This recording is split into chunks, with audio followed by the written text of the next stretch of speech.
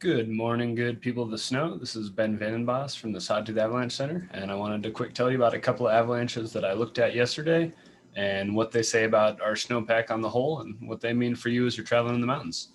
What you're looking at here is the crown of a human-triggered avalanche that was remotely triggered by a group of skiers near Galena Summit 2 days ago on Saturday. I looked at this avalanche yesterday. This is a photo I took looking up towards the crown from the debris pile. A couple details about this slide. Like I said, it was remotely triggered by skiers. They were about 200 feet away when they triggered it. They were on lower angle, safe terrain when they triggered it, and this ran on a steeper slope. It failed in sheltered terrain, terrain that sheltered from the wind. There wasn't a stiff wind slab here or anything like that. It was relatively soft snow. This is an east-facing slope, about 8,650 feet. The slope angle of the bed surface was between about 36 and 40 degrees, but averaged around 37 and 38 degrees. So that's kind of the prime time for slab avalanches. That's where the slope angles that most slab avalanches fail at. The slab was 16 to 20 inches thick, about 1.5 to almost 2 feet thick. The crown was 50 feet wide. It ran about 100 feet down slope, and it failed on a crust that's sitting on top of those facets that we've been talking about that formed in December. The reason there's a little bit of a crust here is that a couple days before those December facets got buried, about the December 13th in this location, there was some warm air and some sunny days, and those built this crust that's on top of those facets and on solar aspects. And sitting on top of those crusts is a thin layer of sugary facets, weak snow that produced this avalanche. You can see looking down in this photo, the avalanche wasn't a particularly large avalanche, but it did run down into these trees that kind of made the debris pile up a bit thicker. And if you had been caught in this unaware, or perhaps you were by yourself, this is possible that you might have been buried in this, but it really wasn't a terribly large avalanche. This is a map view kind of looking at the avalanche. You can see there where it says 50 feet. You have the arrow pointed sideways. That's the location of the crown.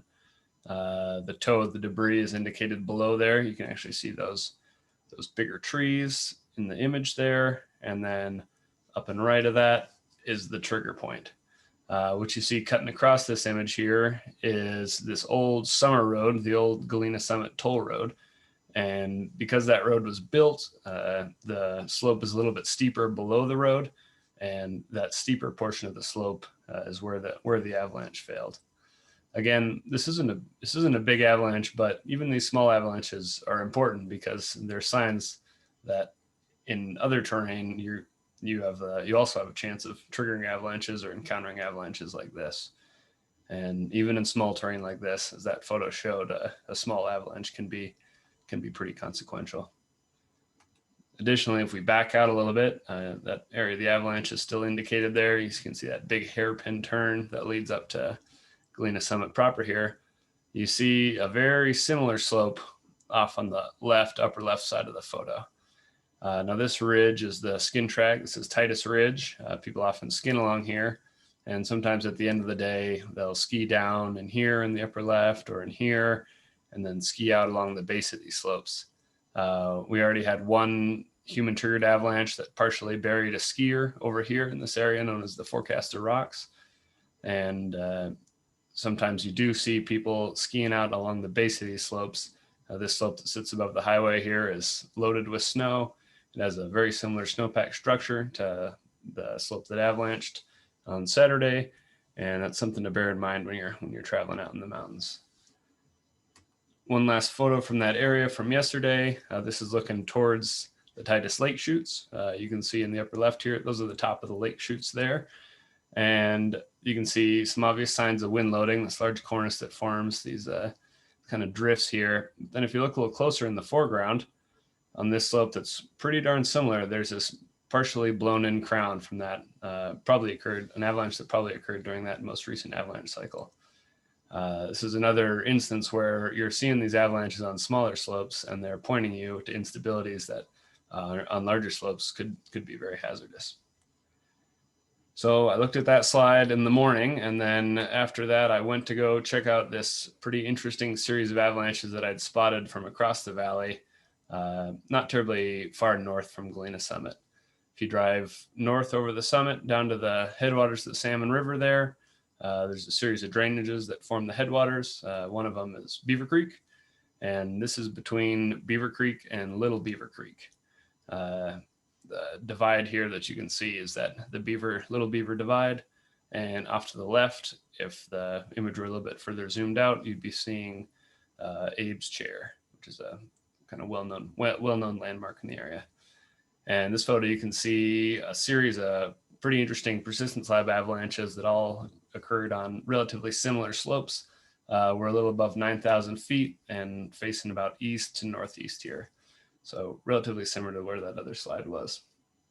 I went to check out these slides because there was clearly a concentration of avalanches in this area. I wanted to confirm what the weak layer was, and that did end up being those weak sugary facets that we've been talking about and have produced almost all the avalanches we've had so far this year. I skinned up through some lower angle trees, and as I got up onto this ridge above where these avalanches were, kind of down by where this rock is here, just kind of looking down at the skin track after I passed through there, but down where this rock was, I felt a deep rumbling collapse, and that collapse traveled for hundreds and hundreds and hundreds of feet in both directions, and continued to find cracks as I hiked along that ridge line. If that had been a steeper slope, big collapses like that are avalanches. So just very clear signs of instability in our snowpack.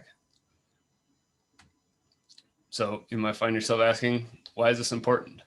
Well, the reason this is important is because this layer of weak snow that's produced in these slides exists everywhere in our forecast area. And the big difference from zone to zone is just how thick that slab is. Areas where the snowpack's thinner and that slab is thinner, it's easier to access that weak layer. It's easier to put weight down onto it and to initiate a collapse that triggers an avalanche. In areas where the snowpack's thicker, like further north in the northern Sawtooth and into the Banner Summit area, that slab is 3 to even 4 feet thick, and triggering an avalanche on that is harder, but the resulting avalanche would be just gigantic. This photo is taken this is the Cabin Creek Peak. It's just a little bit south and west of McDonald Peak. This avalanche here is about 800 feet wide. It occurred during the warning we had out last week, probably on Wednesday sometime, during that intense storm and wind. And what you can see is, just a pretty tremendous avalanche here. This is a avalanche that would likely be unsurvivable. Nobody has visited this yet, but undoubtedly that debris is at least 15 feet deep in places, maybe more. The avalanches that I've just reported to you, particularly that human triggered one, occurred even days after the loading event had ceased, which is important. And we're continuing to see human triggered avalanches basically every day. We had a report yesterday, Sunday, of a human triggered avalanche in the Pole Creek drainage after the fourth snow biker had ridden underneath this slope, and they remotely triggered the slope above them. This weak layer just isn't really getting better. It's not showing signs of healing, particularly in these areas where the snowpack's a little bit thinner. And as that slab gets thicker, we're just going to see larger and larger avalanches. So avalanches like this, an area where there's a bit more snow, we saw a number of avalanches like this, and we will continue to see avalanches like this. So that's a kind of a quick recap of just a couple things that there are to see out there. There are dozens and dozens and dozens of large avalanches to be seen in the mountains, and avalanche conditions remain dangerous. Strongly encourage you to check the forecast every morning before you head out. www.sawtoothavalanche.com. Let us know what you're seeing out there, and thanks for listening.